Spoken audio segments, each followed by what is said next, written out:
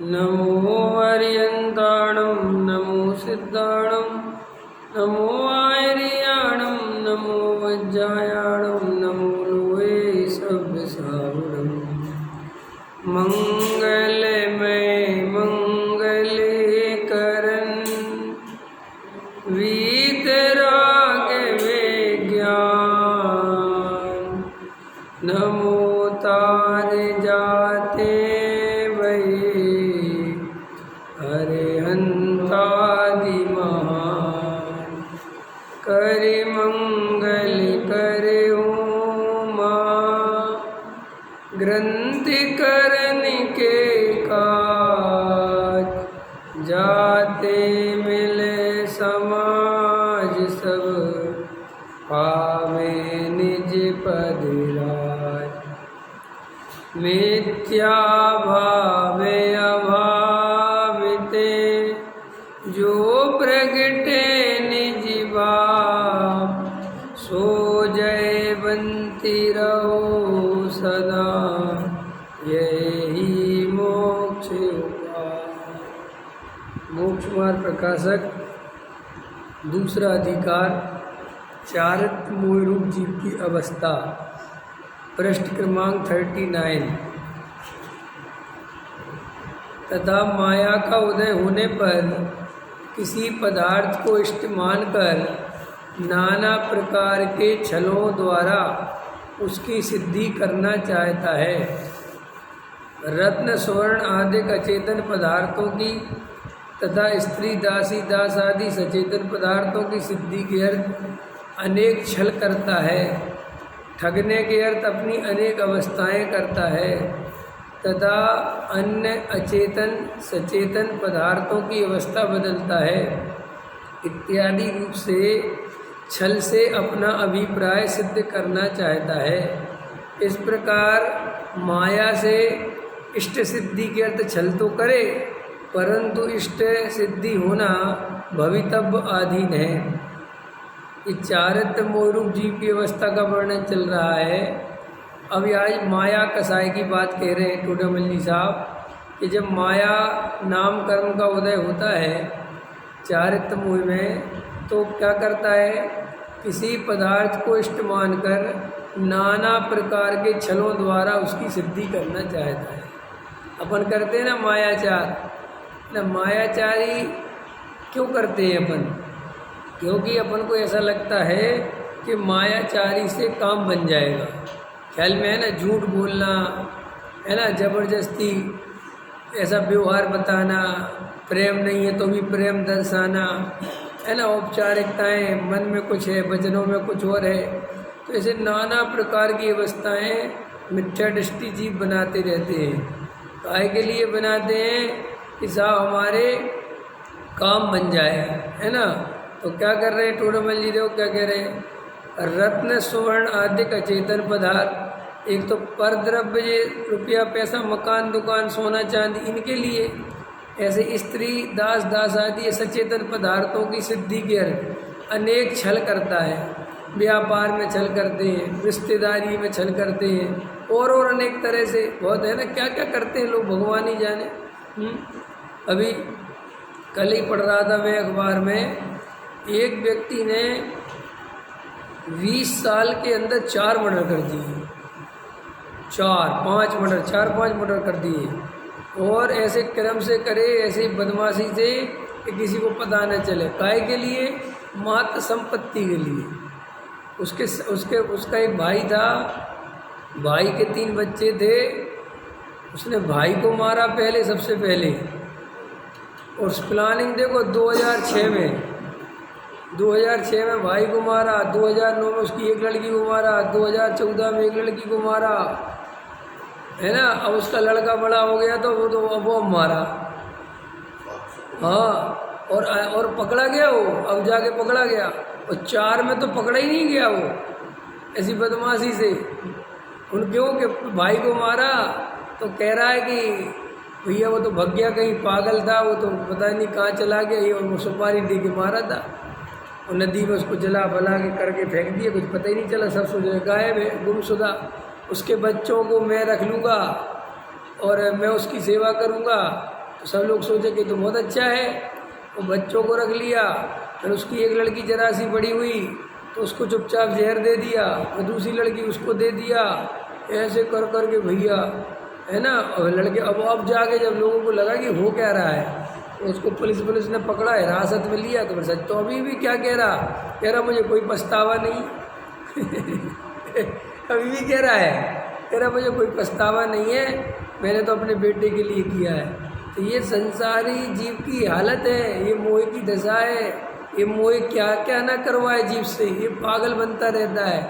मोह ऐसा पागलपन है जैसे व्यक्ति शराब पीता है ना, और शराब की नशे की हालत में कुछ होश नहीं है, नाली में पड़ा है, लड़ाई कर रहा है, गाली बक रहा है, किसी से भी झगड़ा कर रहा है, अपने घर वालों से लड़ रहा है, पिटाई हो रही है खूब, तो भी मुँह चला रहा है, होश नहीं है बिल्कुल, है ना। ये सब शराबी नशाई जुआड़ी लोग होते हैं ना, ऐसे होते हैं ना, ऐसे ही अपने को मोह का नशा चढ़ता है। ये मोह के उदय में तो गाफिल होते हैं, बस रात और दिन पर पदार्थ संयोग, पर पदार्थ संयोग, पर पदार्थ संयोग, भूल जाते हैं कि मेरा भी तो स्वरूप है, मैं भी तो चेतन तत्व हूँ। और पर पदार्थों की रात और दिन चिंता करने से क्या होने वाला है, क्या होने वाला है, जीवन चला जाता है, जीवन अमूल्य जीवन। देखो भाई, हम अपने जीवन को गहराई से देखें, इस शरीर का अपन इतना ध्यान रखते हैं, इसकी चिंता में इतने शरीर से चला रहे हैं अपन, शरीर से बात कर रहे हैं। ये शरीर का कल का भी भरोसा नहीं है कि कल ये शरीर रहेगा कि नहीं रहेगा। क्यों? हार्ट फेल हो जाए, कोई महाबीमारी घेर ले, और क्या करेंगे, क्या करोगे आप? 1 रुपया आप 1% आप इस शरीर को रोक नहीं सकते, इसका जो परिणमन होना है होना। और चिंता कर रहे हैं, खूब खाने पीने में सावधानी बरत रहे हैं, खूब ध्यान रख रहे हैं, ये चीज़ इतना नुकसान करेगी, ये चीज़ इतना नुकसान करेगी। ये सब निमित्त के कथन है भैया। जब कर्म का उदय आएगा तुम कितने ही सावधानी पूर्वक सब खाते रहना, करते रहना, कुछ नहीं, वो सब उड़ जाएगा। फिर आगे चलो, फिर स्त्री पुत्र मकान इनकी चिंता, ओ कितनी चिंता, बच्चे की कितनी चिंता, रात और दिन चिंता। कोई कह रहा भैया थोड़ा हंस तो लो, अरे नहीं, अभी हंसना नहीं है, अभी बच्चे की बहुत चिंता है। क्या चिंता है? इसका कैरियर बनाना है, इसको कुछ बना के दिखाना है। और पता चला तो कैरियर की चिंता करता है, जवान लड़का मर गया, किसी का 16 साल का बच्चा मर गया, क्या कर लोगे? और जो कोई ऐसा कोई वो नहीं है कि कोई हवाबाजी है, ऐसा ही स्वरूप है संसार का। तो फिर करे क्या? आनंद से रहो, ज़्यादा चिंता मत करो। चिंता तो तब करनी चाहिए जब अपने अनुसार कुछ होने भी हो। चिंता तब करने का फायदा है। एक बात बताओ, अपन स्टेशन पर बैठे हैं और अपन ट्रेन की चिंता कर रहे हैं, क्या करोगे ट्रेन की चिंता? ट्रेन तो जब आएगी अब तभी आएगी, अपने हाथ में तो नहीं है ना लाना, अपने हाथ में है, लेकिन अपन चिंता करते हैं कि नहीं करते? करते हैं ना, बैठे बैठे बार बार देखेंगे। अजय को बताओ, और किसी उड़ के चली जाएगी क्या? तुम जब सही प्लेटफॉर्म पे बैठे हो, देखा अपनी मनोवैज्ञानिक चिंता देखी तुमने, अपनी हालत देखी, सही प्लेटफॉर्म पे बैठे हो, अनाउंसमेंट भी है कि इसी पर ट्रेन आने वाली है, और ये भी अनाउंसमेंट है कि 1 घंटे बाद आने वाली है। फिर भी देखो ना तुम, बार बार जैसे उड़ जाएगी, इसको ट्रेन लेके नहीं जाएगी, बार बार झाँकेगा, बार बार देखेगा, बार बार देखेगा, किसी और ट्रेन का हॉर्न होगा तो देखेगा। आदत पड़ गई चिंता करने की, आदत है। हम बिना चिंता के जीना नहीं चाहते, हमें ऐसा लगता है चिंता करना बहुत ज़रूरी है। कोई आदमी शांति से आनंद से रह रहा हो, कोई चिंता नहीं करता हो, तो पत्नी कहती है तुम कोई चिंता ही नहीं करते, घर वाले कहते तुम कोई चिंता नहीं करते, वो कहता किस बात की चिंता करनी है? अरे चिंता करो ना थोड़ी बहुत, है ना। हम चिंता करें, टेंशन में रहें तो सब लोग समझते हैं कि समझदार आदमी, और कोई मस्त मौला रहे, आनंद से रहे, अपने रोड पे मस्ती से जाए तो सब सोचते पागल आदमी। ये हमारा जीवन है, ये से हम पागलपन में जीते। अपन इसलिए नहीं हंस रहे कि साहब कल रोना पड़ेगा। अरे तो भाई कल के लिए आज क्यों खोना, आज हंसो आनंद से। ऐसे ही धर्म के नाम पर रोना रोना रोना रोना रोना रोना, सब मिशन मोक्ष फलाना ठिकाना, और कुछ पता है नहीं, कुछ खबर है नहीं, लेकिन चिंता लेने की आदत पड़ गई ना। तो आप देखो दुनिया कैसी चलती है, अपने बच्चे नहीं है तो भतीजों की चिंता करता है, खुद के नहीं हो ना तो भाई के बच्चों की चिंता करने लगता है, और भाई के नहीं हो तो बहन के बच्चों की चिंता करने लगता है। चिंता करना है, लेकिन करना है वो तो किसी न किसी चीज़ की। क्यों? जन्मों जन्मों से चिंता करने की आदत पाली, परद्रव्य का कर्तृत्व पाला है, मैं करने वाला, ऐसा अंदर में ऐसा कर्तृत्व पाला है। ये कर्तृत्व पाला है जिसके कारण दुखी हो, और कर्तृत्व नहीं मिले, करने धरने का अवसर नहीं मिले तो महा दुखी हो।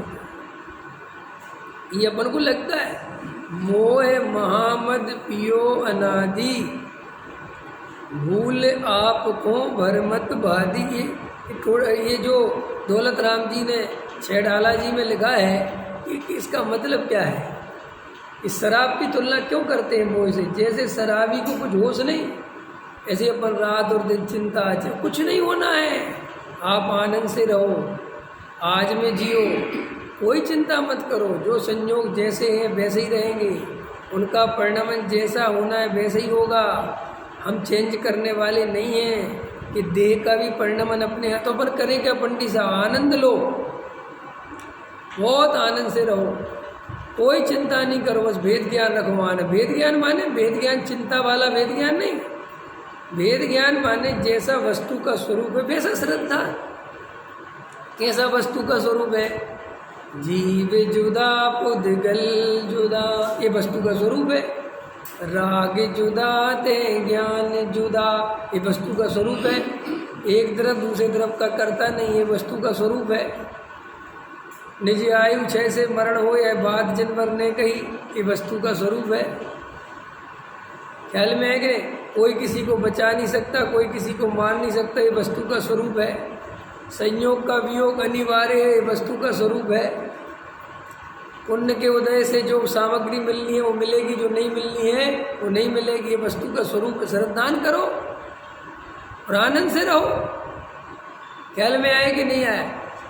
आपको और हमें दुखी होने की जरूरत नहीं है। ये तो दुख का कारण मोह पैदा करता है। ये दुखी हम इसलिए होते हैं कि बार बार हम दुखी कब होते हैं? बोलो, जब हम बार बार वस्तु स्वरूप भूल जाते हैं, बार बार गाफिल हो जाते हैं, मोह में फंस जाते हैं तो दुखी हो जाते हैं। देखो क्या कह रहे टोडामल जी साहब, मायाचारी करता है, रात और दिन मायाचारी से काम नहीं बनते, मायाचारी से काम बनते। ऐसा लगता है कि हमने मायाचारी करी तो काम बन गए, कोई नहीं बनता। खूब मायाचारी करते रहो, काम बिगड़ने होते हैं 2 मिनट में बिगड़ जाते हैं, है ना। और देखो काम मायाचारी नहीं करो तो भी काम बन जाते हैं, देखा आपने है? लेकिन ऐसा अंतर में नहीं मानता। इस प्रकार माया से इष्ट सिद्धि के छल तो करे, परंतु इष्ट सिद्धि होना तो भवितव्य के। देखो कितनी सी लाइन, जीवन नहीं भूलना, जीवन भर के लिए लाइनें याद कर लो। कौन सी? देखो एक हर जगह लिखा ना, इस प्रकार बुरा चाहने की इच्छा हो तो बुरा होना तो भवितव्य के। फिर माया मान कसाय में क्या लिखा? इस प्रकार मान से अपनी मेहनतता की इच्छा हो तो मेहनतता होना तो भवितव्यता के भवितव्य अधीन है। ऐसे ही माया से इष्ट सिद्धि के अर्थ छल करे, परंतु इष्ट सिद्धि होना तो भवितव्य हो गया ना। 3 कसाई की बात है। अब देखो लोभ कसाई की बात करते हैं। तथा लोभ का उदय होने पर पदार्थों को इष्ट मानकर उनकी प्राप्ति चाहता है। ख्याल में है ना? चाहते कि नहीं चाहते? वस्त्रावरण धन धान्य अचेतन पदार्थों की तृष्णा होती है। तृष्णा होती है कि नहीं होती? कि तृष्णा क्या होती है? तृष्णा समझते हो आप? तृष्णा माने परिग्रह जोड़ने की आसक्ति। 10 लाख रुपए हैं अपने पास, 10 करोड़ है अपने पास, इसका ये तो विचार आता नहीं कि ये 10 करोड़ भी हम भोग पाएंगे कि नहीं भोग पाएंगे, लेकिन 10 अरब की दौड़ लगाता है। इसको कहते तृष्णा। 200 गज का मकान है, उसमें ही जगह बची है, उसमें ही सारे कमरों में नहीं घूम पाता। कई लोगों के तो इतने मकान होते हैं वे 6-6 महीने 2-3 कमरों में जा ही नहीं पाते है। अभी मैं वहाँ गया था ना, वहाँ पे जैन साहब आपको क्या बताएं संसार का स्वरूप। 5-5, 600 गज की कोठियाँ, समझ गए ना। हाँ, और रहने वाले 3, रहने वाले 2, और वे 2 अमेरिका जाने की तैयारी कर रहे हैं। भैया वहाँ तो सबको अमेरिका जाना है। तो उनसे पूछो कि साहब ये सब क्या हो रहा है, इसका क्या करोगे? कि नहीं साहब वहाँ और ज़्यादा पैसा मिलता है। देख रहे गजब की बात, ये तृष्णा है, माने यही तो भोगा नहीं जा रहा जो है। उनसे पूछोगे आपने इसको भोग लिया ढंग से, वो कहते हैं अरे ये तो छोड़ो, और करेंगे। तृष्णा है। तृष्णा माने जहाँ जीव को ये विचार नहीं आता कि अरे मेरे पास जो है मैं इसे तो भोग लूँ, लेकिन और मिल जाए वो और मिल जाए के चक्कर में जो है उसका वो को भी भोगता नहीं है। नहीं समझ में आया? देखो लोगों की बड़ी बड़ी कोठियाँ बनी हुई हैं, नहीं साहब पैसे की भी कोई कमी नहीं है, लेकिन वे कोठियों में नहीं बैठते, फुर्सत ही नहीं बैठने की उनको। उनसे कहो आप कहाँ इतने बिजी रहते हो, अभी हमें अरब रुपए और कमाने हैं, लगे बेचारे। उनसे पूछो कि तुम जो अरब रुपए कमा के रख के जाओगे तो होगा क्या, तुम भोग तो पा नहीं रहे। कहते इसकी किसी को चिंता नहीं है। तो ये जीव की तृष्णा ऐसी कसाय काम करती, लोभ कसाय, परिग्रह संज्ञा। आपने बच्चों को देखा होगा ना, अब बच्चों पे तो बहुत हंसते हैं अपन। बच्चे को अपन थाली में खाने को दो तो कहता और दो, तो उसकी माँ कहती पहले इतना तो खा लो, हम और दे देंगे, लेकिन नहीं और दो। और होता क्या है अंत में, मानता है नहीं, ले लेता है, और फिर क्या करता है, जरा सा खाता है और छोड़ देता है। लेकिन माँ उसको समझाए कि भैया अभी इतना खा लो, तो नहीं मानता, क्योंकि परिग्रह संज्ञा काम करती है। तो वही बच्चा तो बड़ा हो गया, बड़ा हो गया तो भोजन वाला काम नहीं चाहिए। भोजन अब क्या चाहिए, मकान चाहिए, बड़ा मकान, बड़ी दुकान, बड़ी दौलत शोहरत, ये चाहिए सब। तो ये टोडामल जी साहब कह रहे हैं कि लोभ कसाय का उदय होने पर पदार्थों को इष्ट मानकर उनकी प्राप्ति चाहता है, ठीक है ना। वस्त्राभरण, धन धान आदि अचेतन पदार्थों की तृष्णा होती है, तथा स्त्री पुत्र आदि चेतन पदार्थों की तृष्णा होती है कि नहीं होती है। तथा अपने को या अन्य सचेतन अचेतन पदार्थों को कोई परिणमन होना इष्ट मानकर उन्हें उस रूप परिणमन कराना चाहता है। इस प्रकार लोभ से इष्ट प्राप्ति की इच्छा तो है, परंतु इष्ट प्राप्ति होना भवितव्य के अधीन है। काहे के अधीन है, भवितव्य के अधीन। ये तो परम सत्य है ना, इसमें कोई झूठ तो नहीं है। आपके मन में कोई शंका हो तो पूछो, ऐसा लगता हो मन में कि नहीं साहब भवितव्याधीन कहाँ है, हम जैसा चाहें वैसा होता, इसी का नाम मिथ्यात्व है। जिसको ये मान्यता हो कि हम जैसा चाहें वैसा होता है, ये महामिथ्यात्व है, और ये अनंत भव दुखों का कारण है। हाँ, कुछ नहीं करना है, बिना नहीं करे काम होगा। अपने करने से होता कहाँ है कुछ काम, आज तक अपने करने से हुआ है? खुद देखो अपने अनुसार, अपन ने इतना किया, लेकिन वैसा नहीं हुआ जैसा हम चाहते थे। अपन ने समझौता ही करना पड़ा आखिरी में कि अब चलो भैया समझौता करो। और दूसरी बात, जो ऐसा लगता है कि साहब हम करें कि नहीं करें, करने की बात नहीं, अंदर से भूत उतारो कि हम करें, वो तो होना ही है परिणमन। आपको यहाँ से अभी निकलकर दुकान जाना है तो जाना ही जाना है। ये आप सोचते हो कि मैं जा रहा हूँ, मैं कर रहा हूँ, नहीं कर रहे हो। आप तो आत्मा हो ना भैया, आप शरीर थोड़े ही हो।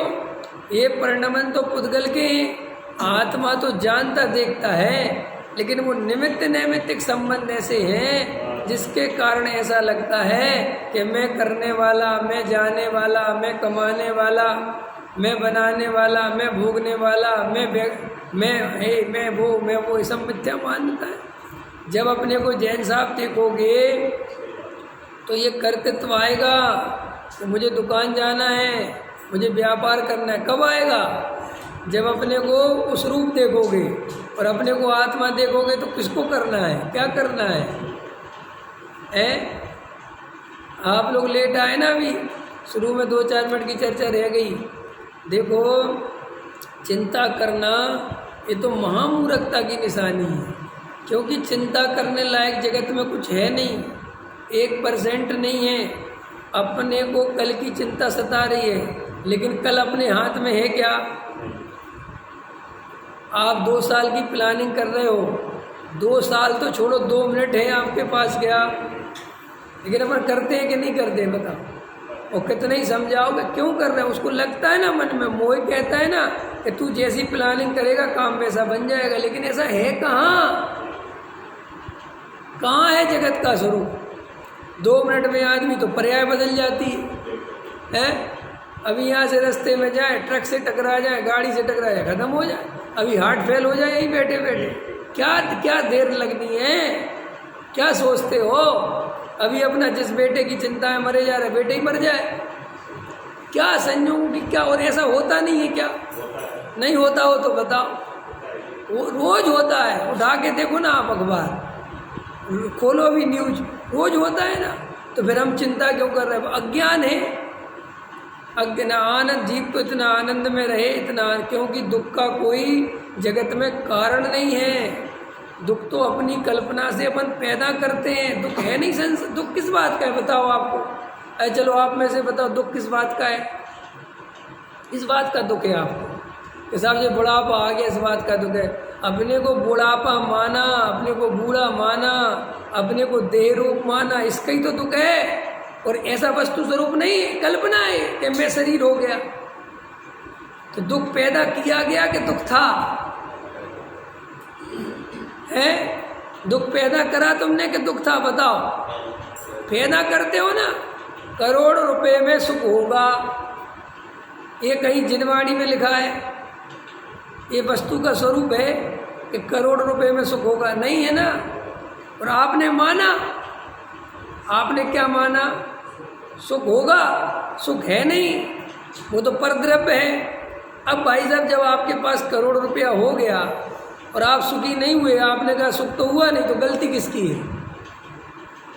अपराध किसका है? आपका है ना, किसी दूसरे का थोड़ी है। आपसे कब किसी ने कहा हो तो बताओ कि साहब सुख नहीं? साहब हमने कल्पना तो करी थी, हमने सोच, तो भैया आपकी कल्पना आप जानो। बोलो नमक मीठा हो सकता है, रेत में से तेल निकल सकता है, अरविंद जी निकल सकता है कि नहीं है? रेत में से तेल निकालता हुआ कोई व्यक्ति आपको दिखे तो आपको मूर्ख लगेगा कि नहीं? कहोगे सब पागल आदमी, रेत में से तेल निकलता है क्या? आचार्य भगवंत कहते तुम क्या कर रहे हो? खुद तुम भी तो यही कर रहे हो। संजोगों में सुख खोज रहे, परद्रव्य में सुख खोज रहे, और वहाँ सुख है नहीं, इसलिए दुख है। जीव स्वयं से दुखी, स्वयं से कोई दुखी थोड़ी है, लेकिन कल्पना उल्टी करता है, फिर जिसके कारण क्या होता है? दुखी होता है, पागल होता है। तो कौन कौन संसार में दुख का? आप एक कारण बताओ, ये दुख का कारण है, बताओ अरुण जी, एक दुख का कारण बताइए, एक बताओ, एक चीज बताओ कि सब ये दुख का कारण है। आप देखोगे दुख का कारण मात्र मिथ्या दर्शन है। और आपको पता है मजेदार बात, मिथ्या दर्शन कोई वस्तु नहीं है, मिथ्या दर्शन कोई पदार्थ नहीं है, कोई चीज नहीं है कि साहब ये रहा मिथ्या दर्शन। मिथ्या दर्शन आपकी कल्पना है। जैसे स्वप्न है, स्वप्न देखा आप लोगों ने, सपने देखते हैं, सपने आते हैं ना पंकज जी, तो सपने में क्या होता है? शेर पीछे दौड़ रहा है और आप भाग रहे हो। शेर है, जंगल है, कुछ वैसी है जैसी तुम वहाँ दिख रहा है, कुछ भी नहीं है, फिर भी तकलीफ पूरी है कि नहीं? अरे तकलीफ पूरी है कि नहीं? जब तक तुम स्वप्न में हो तो वो सब तकलीफ सच्ची के झूठी बताओ? वहाँ सच्ची, दौड़ रहे हैं, पसीना पसीना हो रहे, पागल हो जा रहे, और फिर आँख खुली तो है, अरे आँख खुली तो क्या होता है? अरे तो अपने में हंसी आती है कि नहीं? जब तुम सपने में डर जाते हो और सपने में जब आँख खुल जाती है तो अपने पे हंसी आती है कि नहीं आती है? हाँ आती है ना। कैसे, क्या सोच के कि अच्छा पागल हूँ, पता नहीं क्या क्या सोच रहा हूँ। देखो ऐसे आचार्य कहते हैं एक दिन तुम्हें अपने पे हंसी आएगी, लेकिन जागोगे तब। क्या कह रहा हूँ? जागोगे। यहाँ जागने की फुर्सत नहीं है, आप सो रहे हो और सपने चल रहे हैं, तो कब जागेंगे पंडित जी? मौत हो जाएगी तब भी नहीं जाओगे, क्योंकि जगाने वाला कोई है ही नहीं। अपने आप नींद टूट नहीं रही। नहीं समझ में आया? अच्छा अभी अपन जाग रहे हैं, राजेश जी के सो रहे हैं, बोलो मिथ्या दृष्टि सोता ही सोता है। जागना मतलब ये नींद खुल गई, समझ में आ गया ये सब परद्रव्य है, ये संयोग है, यहाँ कोई सुख नहीं है, कोई दुख नहीं है, तो सब भिन्न है। ये जागना इसका मतलब है। लेकिन जिसके चित्त में ये कल्पनाएं अभी भी चलती हैं, वो अभी जागा नहीं है, वो सो रहा है। और सोते हुए जैसे स्वप्न में सब कुछ सही लगता है, शेर भी सही लगता है, मकान भी, राजा भी, सब सही लगता है, ऐसे ही अभी हम अज्ञान अवस्था में ये पर्याय भी सही लगती है। मैं मनुष्य हूँ, मुझे काम करना है, मुझे पैसा कमाना है, मुझे घर गृहस्थी बनानी है, मुझे घर गृहस्थी चलानी है, ये अपने बेटे को ये करना है, अपने बच्चों को ये बनाना है, ये सब क्या है? ये सब कल्पना है। क्यों? क्योंकि परद्रव्य का परिणमन मैं कैसे करा सकता हूँ? और चिंता कर रहे हैं, आकुलता कर रहे हैं, बेचैनी हो रही है, घबराहट हो रही है, नींद की गोलियां खा रहे हैं। तो क्या हो गया है आपको कि साहब चिंता बहुत सताती है? किसकी? संयोगों की, बेटे की, बच्चों की, घर की, स्वास्थ्य की। मुझे कोई बीमारी नहीं हो जाए। अजय को बताओ, मुझे कोई बीमारी नहीं हो जाए, ऐसी चिंता करने से बीमारी नहीं होगी? अरे कैसी बातें करते हो? इससे तो और जो तुम आज आनंद में गुजार सकते थे वो भी तुमने खो दिया। बीमारी तो जब होगी तब होगी, बीमारी की चिंता में आज खो दिया। खो दिया कि नहीं खो दिया? नहीं समझ में आया अरविंद जी? हमने आपको 10,000 रुपये दिए, हमने कहा लो 10,000 रुपये। अरे 10,000 छोड़ो, क्या होता है, 10 लाख मिले तो मजा। अरे अब 10 लाख तो जब मिलेंगे तब मिलेंगे, 10 का तो आनंद लो कि नहीं लेना तो मत लो। और हम गारंटी दे रहे जिस दिन 10 मिलेंगे उस दिन भी 10 करोड़ में कन्वर्ट हो जाएंगे। नहीं समझो को ऐसा नहीं होता। ये जो लोग अपन वे क्या वो करते ना, बैंकों में पैसे जमा करते, FD वगैरह बना लेते हैं और वो ऐसा डबल मिलेंगे, ऐसा कुछ होते हैं ना, तो 20 साल में, तो वे सोचते बड़ा खुश होता है उस समय कि 20 साल बाद तो बहुत पैसा मिलेगा अपन को। लेकिन जब वो 20 साल बीतते हैं और जब वो पैसा मिलता है तो वो बहुत कुछ रह ही नहीं जाता, क्योंकि 20 साल बाद वो पैसे की वैल्यू, आज अगर आप 1 करोड़ रुपए सोचते हो यार बहुत 1 करोड़ रुपया, तो 20 साल बाद क्या होगा? कुछ नहीं, वो 1 करोड़ 1 लाख जैसा लगने लगेगा। फिर क्या करोगे? अब फिर वही तो वो खड़े तो वहीं के वहीं रहोगे। हर आदमी सोचता है कि पहले कितना मजा था, सोना कितना सस्ता था। लेकिन आपको लगता है जब सोना 10,000 रुपये तोला था, 5,000 रुपये तोला था, तब वो 5,000 नहीं होते थे आदमी के पास। उसमें क्या आश्चर्य है? जब बेचारा आदमी 5,000 रुपये नहीं कर पाता था, उसी के लिए परेशान आफत। जब जो घी 5 रुपये किलो, 10 रुपये किलो बिकता था शुद्ध घी, तब 10 रुपये नहीं होते थे आदमी के पास। आप क्या समझते हो? ऐसा थोड़ी है कि चीज़ें सस्ती रहती है आदमी, ऐसा नहीं होता। अभी अपन को ज़मीनों के बारे में लगता है कि पहले साहब विश्वास नगर में ना 50,000 रुपये गज, 30,000 रुपये गज, 5,000 रुपये गज जगह बिक गई, तो तब आदमी 5,000 नहीं होते थे, जैसे आज 50 लाख नहीं होते। ऐसा ही हो तो भैया ये कल्पना छोड़ो, ये कल्पनाएं बंद करो, आज में जियो, वर्तमान में जियो, आनंद से जियो। वस्तु स्वरूप जैसा है वैसा श्रद्धान करके जियो। अपनी मिथ्या कल्पनाओं का त्याग करो। आनंद के अलावा तुम्हें कुछ नहीं मिलेगा, आनंद ही आनंद मिलेगा। जो जीव वस्तु स्वरूप का सच्चा श्रद्धान करते हैं वे आनंद में ही रहते हैं। दुख का कोई कारण नहीं है, फिर कोई कारण नहीं है, क्योंकि सारी कल्पना, सारा पागलपन ये मिथ्या दर्शन कराता है। इसलिए मिथ्या दर्शन का शीघ्र त्याग करो, बहुत जल्दी त्याग करो। नहीं समझ में आओ कैसे त्याग करें? वही बार बार वस्तु स्वरूप का विचार करो। जो वस्तु स्वरूप बताया है निर्णय करो। एक तरफ दूसरे तरफ का कर्ता धरता नहीं है, श्रद्धान करो। देह और आत्मा एक नहीं है, श्रद्धान करो। एक तरफ दूसरे तरफ में कोई कुछ करने धरने का कार्य नहीं कर सकता, श्रद्धान करो। शरीर का जैसा परिणमन होना है वैसा होगा, श्रद्धान करो। आत्मा देह रूप नहीं होता, देह आत्म रूप नहीं होता, श्रद्धान करो।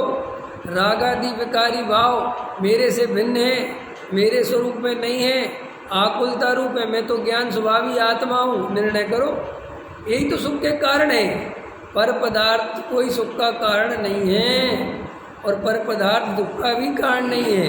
क्लियर हो गई बात? इस प्रकार देखो क्या कहते हैं, इस प्रकार लोभ से इष्ट प्राप्ति की इच्छा तो हो, परंतु इष्ट प्राप्ति होना भवितव्य के अधीन है।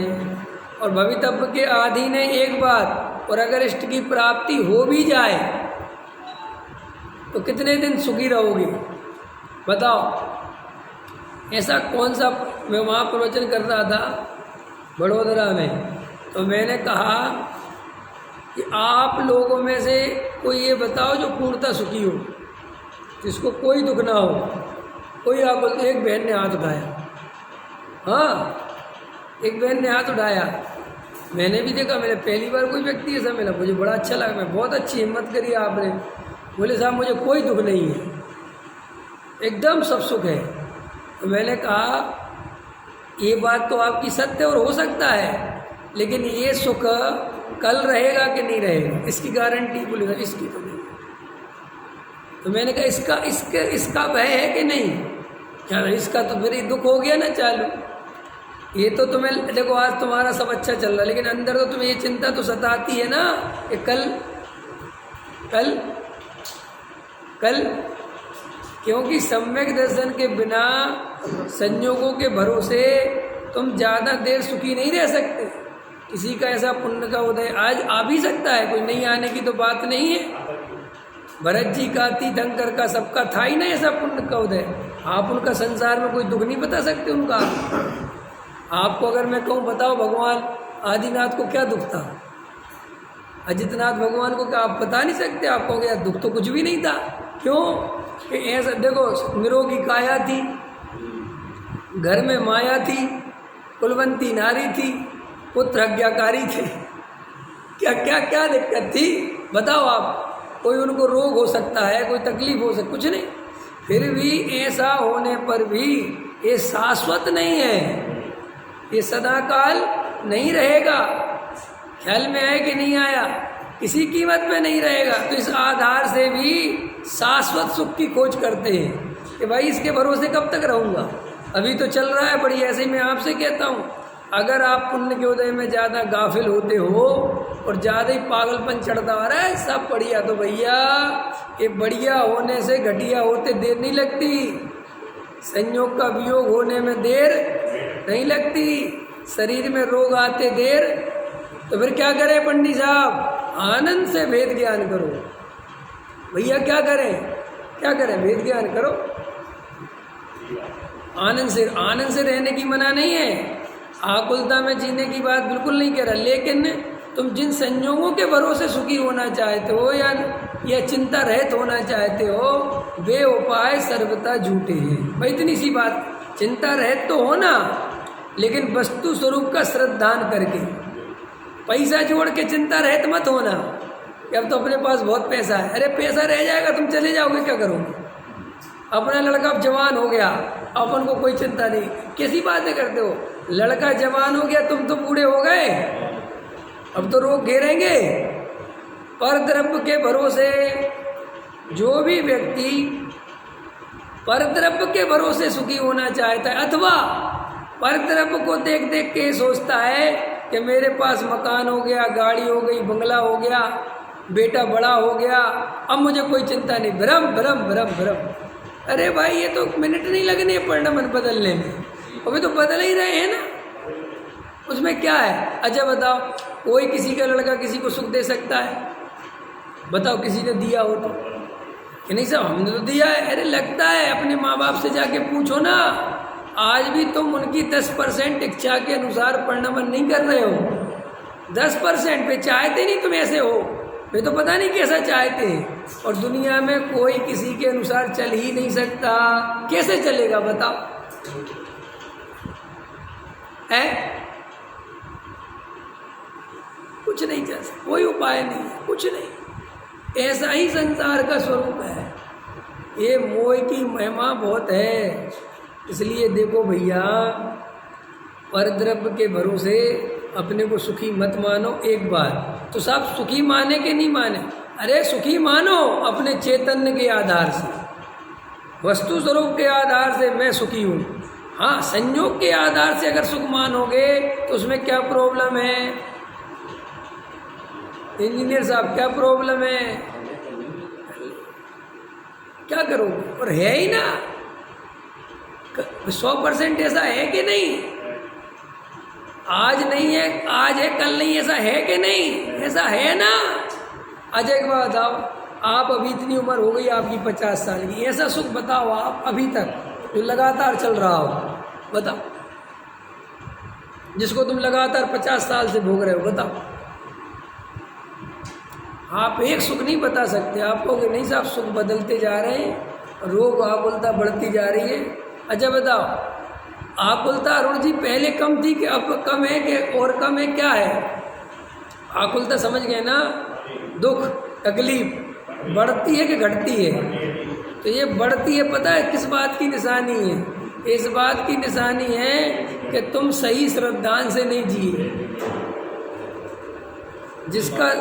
जिसका दुख बढ़ता हो वो समझ लेना वो गलत दिशा में जा रहा है। हाँ, सुख बढ़ना चाहिए वस्तु स्वरूप समझ के। अगर कल हम 5% सुखी थे और एक प्रवचन सुना तो 10% हो जाना चाहिए। हाँ, तो लग रहा है तो फिर दुख बढ़ेगा, क्योंकि संयोगों से दुख लगेगा, सुख लगेगा तो दुख बढ़ेगा। क्यों बढ़ेगा? क्योंकि संयोगों में सुख नहीं है, संयोगों से सुख नहीं मिल सकता। इसलिए शांति से बैठ के वेद ज्ञान करके अपने स्वरूप में स्थिर हो जाओ, उसमें आनंद रहो, खूब आनंद। देखो हम आनंद तो ही चाहते हैं, और क्या चाहते हैं? रात और दिन जो हम मेहनत कर रहे हैं, रात और दिन जो परेशान हो रहे हैं, नाना प्रकार के उपाय कर रहे हैं, काहे के लिए कर रहे हैं बताओ? सुखी होने को तो कर रहे हैं ना, कोई और कुछ कारण है? सुख चाहते ना, तो आचार्य भगवंत कहते हैं हम तुम्हें सुखी करने के उपाय बता रहे हैं। कि क्या उपाय है? कि पर द्रव्यों में मिथ्या कल्पना का त्याग कर दो, ये सुखी होने का उपाय है। हिसाब ये कैसा उपाय है? कि सच्चा उपाय है। हिसाब ये उपाय करने पर सुख कब तक रहेगा? कि अनंत काल तक रहेगा, कोई दुख नहीं होगा। दुख तो कब होता है? जब अपन वस्तु स्वरूप के खिलाफ जाते हैं कि नहीं जाते हैं?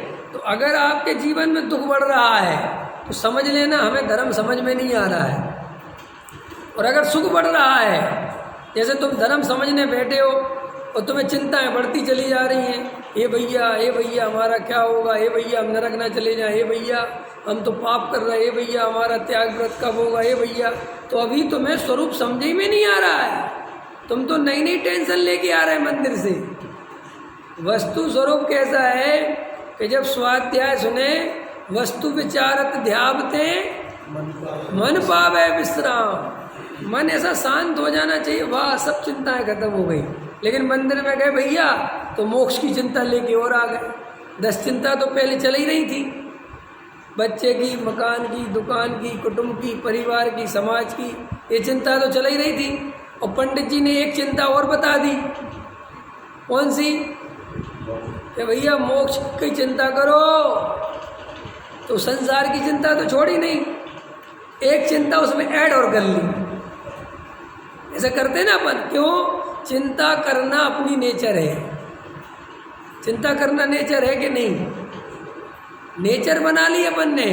अगर अपन को चिंता करने के लिए कोई काम नहीं, अरे बस्सन जी कह रहे, क्या कह रहे अभी मुझे समझ नहीं आया।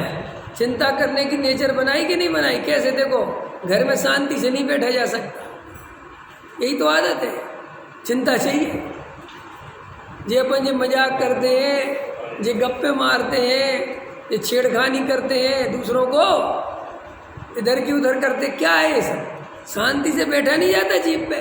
जीप से कहो शांति से बैठो, कौन बैठना चाहते शांति से बैठो? चिंता करने की नहीं आदत। अरे हम कह रहे हैं हमें चिंता करने नहीं मिले तो अपन मर जाए। अभी देखो मोबाइल का व्यसन लगा ना, मोबाइल व्यसन हो गया ना। अब एक व्यसन माने ऐसी पराधीनता कि वो मोबाइल नहीं बजे तो परेशान, किसी का फोन ही नहीं आ रहा। कोई आजकल व्हाट्सएप पे मैसेज कम आने लगे क्योंकि लोगों का मन भर गया ख्याल में, तो बार बार देखता है क्या हो गया, दुनिया शांत हो गई क्या? बिल्कुल कोई मैसेज ही नहीं करता अब तो है। ऐसा देखा आपने? तो ये सब जन्मों जन्मों से जैसी नेचर डेवलप करते रहते हैं ऐसी डेवलप हो जाती है। जैसे जैसे कई लोग ऐसे मान के चलो, ऐसे ऐसे बार बार कोई हाथ मारने का बालों में नेचर बना ले तो देखो ना, वो बार बार उसका गंजा भी हो जाए तो कहो ऐसा मार दो। कोई कि अब तो कुछ है ही नहीं, अब क्यों मार रहे हो? ये आदत पुरानी पड़ी हुई है। कई लोग देखा मैंने, सिर पे बाल नहीं होते हुए कंघा रख के घूमते हैं। मैंने कहा यार कंघा क्यों रख रखा तुमने? वो कहते भाई साहब मैं 8वीं क्लास से रख रहा हूँ। अब 8वीं क्लास से कंघा रखा, बेचारे ने 50 साल का हो गया, वो कंघा छूटेगा कैसे? है आदत है। मैं खूब लोगों को देखता हूँ, पहले बस्सन जी बहुत चलता था कंघा रखने का। आपके ज़माने से पहले लोग बहुत कंघा रखते थे पीछे की जेब में। हाँ पहले इतना फैशन आया, पीछे की जेब में कंघा रखते थे, बहुत लोग रखते थे। और कहीं वैसे अंदर घुसे तो ऐसे कंघा करते थे। जैसे वो औरतें रखती ना, वो क्या रखती, वो किट रखती ना, वो मेकअप किट ऐसे। तो फिर आदत पड़ गई। तो ऐसे ही अपन को ये मोह की आदत पड़ गई। मोह करने नहीं मिले तो दुखी होता है। कई लोग इतने भाग्यशाली होते उनके बच्चे नहीं होते। क्या कह रहा हूँ मैं? कई लोग इतने भाग्यशाली होते उनके बच्चे नहीं होते, तो बेचारा भाई के बच्चों की चिंता करता है। मैंने कितने लोगों को देखा, मैंने कहा आपके बच्चे नहीं, हमारे तो नहीं। तो आप तो बहुत मेहनत करते हो, बहुत परेशान होते हो, इतना काम करते हो, तो कहते भाई के बच्चों के लिए। तो कहाँ जीव को शांति? बताओ। आपको लगता है हमारे बच्चे हैं ना, हम तो इसलिए कर रहे हैं। अगर बच्चे, अरे ऐसा है नहीं, आप पागलपन की ये तो दोष दूसरों को देते हो। अगर आपके बच्चे नहीं होते तो आप पड़ोसी के करने लगते। बोलो, क्योंकि करे बिना चैन। कितने लोग हैं मैं जिनको जानता हूं, उनको काम की जरूरत नहीं है। उनसे कहो आप क्यों कर रहे हैं? मैं कहते चैन नहीं पड़ती, करें क्या? 60 साल हो गए हमें जीवन का काम करते करते, 50 साल, अब कैसे बैठ जाए शांति? और सारे दुनिया, सारी समाज, सारे लोग शांति से बैठाते कि नहीं? मुकेश जी शांति से, अरे भैया कैसे शांति से बैठे? क्यों बैठा रहे शांति से? यानी अब तुम्हारी उम्र के हिसाब से शांति का कोई लेना देना है क्या? बताओ। ये जो हमने गुणा भाग लगा रखे कि उम्र हो गई तो शांति बैठ जाओ, जो किस कहाँ लिखा है? कोई मनोवैज्ञानिक आके ये कह दे कि उम्र के हिसाब से आदमी बैठ जाएगा? कैसे बैठ जाएगा? जब अंदर कसायों का वेग है तो भले ही शरीर बूढ़ा हो जाए। अभी देखो इनने बैठा दिया, मोदी जी ने सबसे 75 के ऊपर वालों को, 75 से ऊपर वालों को सबको बैठा दिया। ख्याल में आया कि नहीं आया? तुमने बैठा दिया, वे बैठे थोड़े ही है, वे तो बेचारे तड़प रहे हैं कि कोई तो हमें पूछ ले। तो भैया ये कसाय महा दुख देती है, आकुलता रूप है, महा आनंद दुख का कारण बनती है। आनंद बेचारा जीव ले ही नहीं पाता। इसीलिए ये कल्पनाएं छोड़ो, वस्तु स्वरूप का श्रद्धान करो, खूब वेद ज्ञान से रहो, और कोई संयोगों की कहीं की चिंता नहीं करनी है। न परिग्रह, न स्वर्ग, न मोक्ष। अपने चेतन तत्व हूँ, मैं आत्मा हूँ, मैं ज्ञानमयी हूँ, मैं आनंद स्वरूप हूँ। ये कोई शब्द रटने नहीं है। ऐसा अनुभव करो और अपने में स्थिर हो जाओ, आनंद से रहो, बैठना सीखो। आधा 1 घंटा शांति से बिना परद्रव्य के, बिना अवलंबन के बैठना सीखो।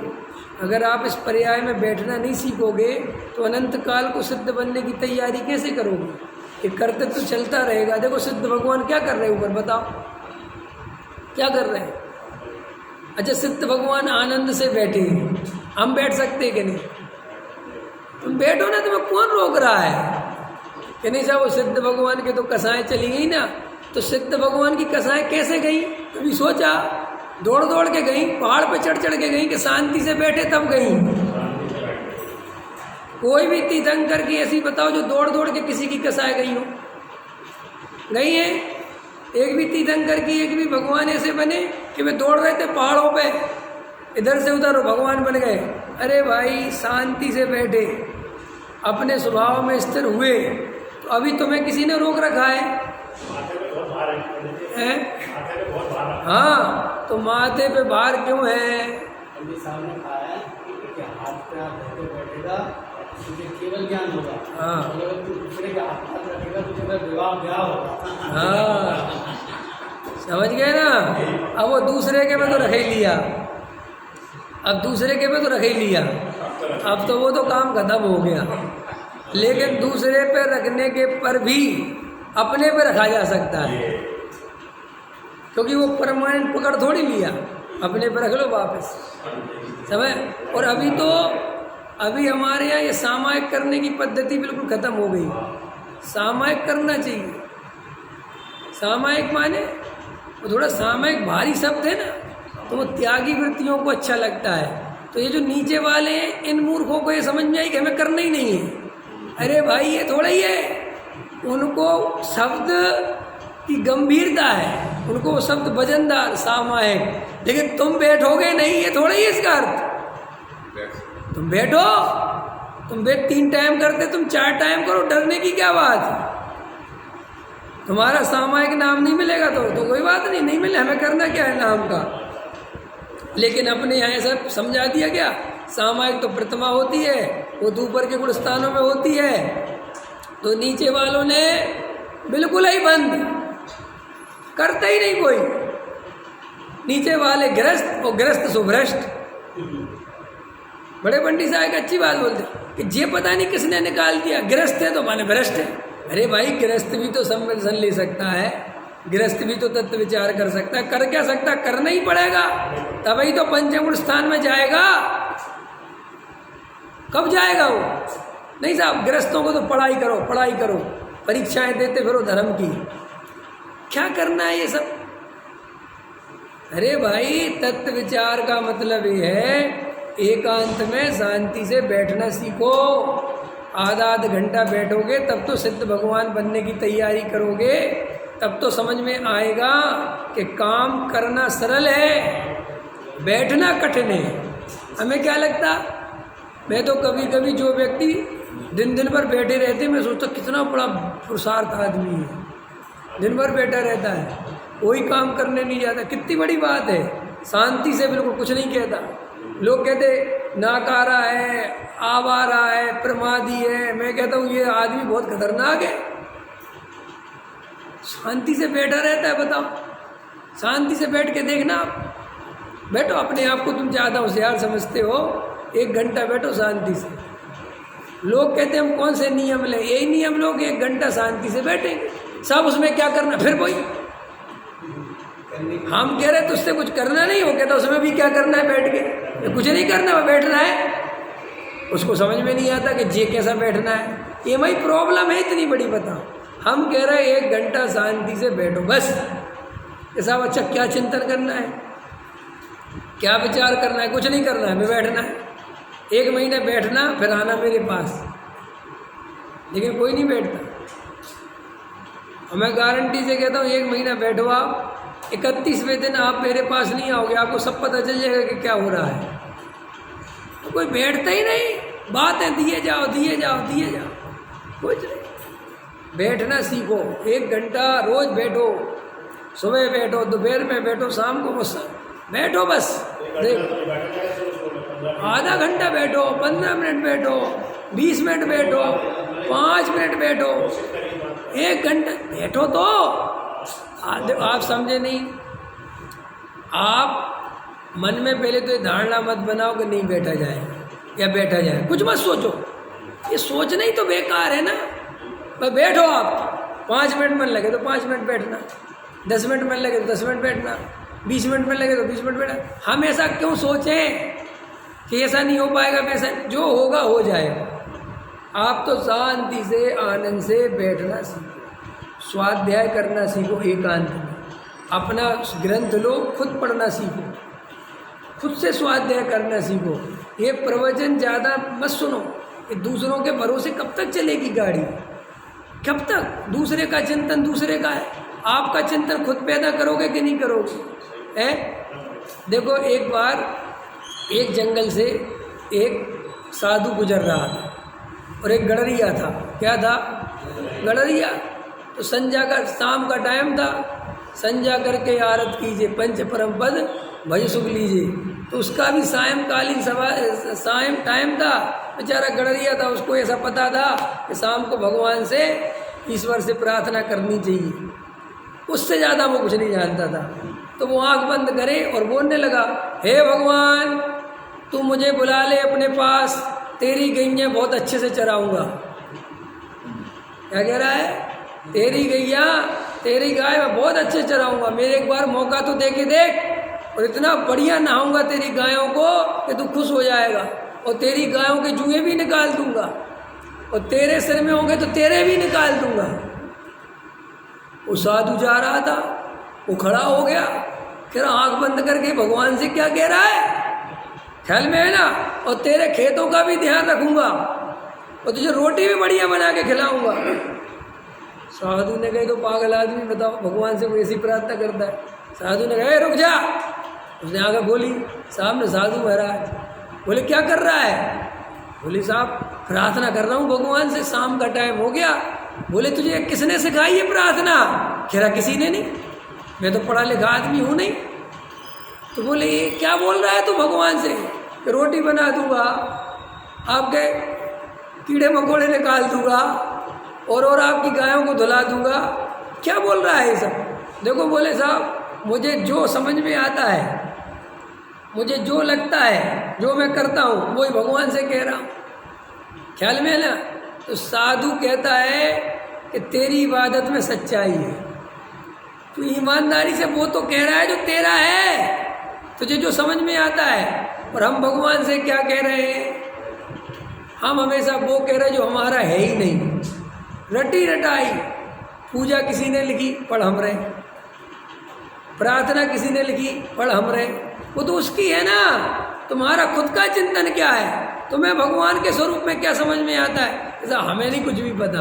तो प्रार्थना सच्ची वो है जो तुम्हारे हृदय से निकले, भजन सच्चा वो है जो तुम्हारे भावों से निकले। भजन दूसरों के गा गा के अपने को गायक समझता है, पूजा दूसरों की पढ़ पढ़ के अपने को पुजारी समझता है, स्वाध्याय ग्रंथ पढ़ पढ़ के अपने को स्वाध्यायी समझता है। अरे साहब, टोडामल जी साहब कह रहे हैं माया कसाय बुरी है, तो टोडामल जी कह रहे हैं तुम्हें माया कसाय खुद बुरी लगे तब है ना बात। टोडामल जी साहब कहते हैं मान कसाय बुरी है। कौन कहता है? कौन कहता है? टोडामल जी कहते हैं साहब, हमें नहीं पता। टोडामल साहब आचार्य कुंद कुंद कहते हैं कि आत्मा ना प्रमत्त है ना प्रमत्त है, बस एक गायक। कौन कहता है? कुंद कुंद भगवान कहते हैं। कहाँ कहते हैं? समय सार में कहते हैं। कौन सी गाथा में कहते हैं? 6 नंबर की गाथा में कहते हैं। बड़ा विद्वान है, तो इसको तो गाथा नंबर भी याद है, ग्रंथ भी याद है, आचार्य का नाम भी याद है, और गाथा और सुना दे तो फिर बस हो गया विद्वान। ये हमारी हालतें, ये हमारा जीवन है बस। और किसी ने 10-15 आचार्यों के प्रमाण सुना दिए तो वो तो और ही बड़ा विद्वान है। फिर हम उसके पैर ही पकड़ने लग जाते हैं कि साहब कितना ज्ञान है। रे वो उधार का ज्ञान है ना, उधार का ज्ञान है कि नहीं?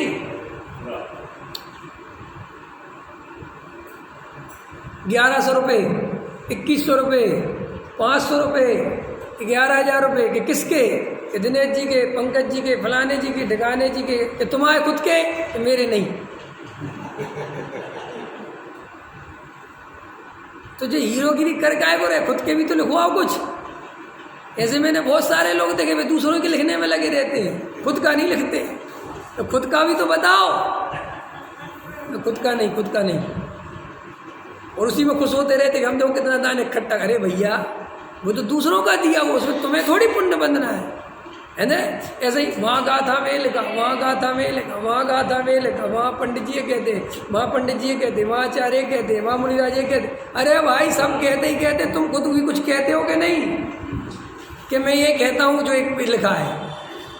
तो ऐसे हम जीवन भर और उन्हीं गाथाओं के भरोसे हम अपने को धर्मात्मा समझते हैं, उन्हीं ग्रंथों के भरोसे अपने को धार्मिक समझते हैं। अरे भाई वो तो उनके अनुभव थे, तुम्हारे खुद के जीवन में क्या आ रहा है, तुम्हें मान कैसा है तो ग्रुप लगी कि नहीं। कि नहीं साहब, टोडामल जी कहते तो ग्रुप है, अभी अपन ने ज़्यादा विचार नहीं किया कि तो ग्रुप है कि नहीं। ऐसी अपनी विचार करो सहजान।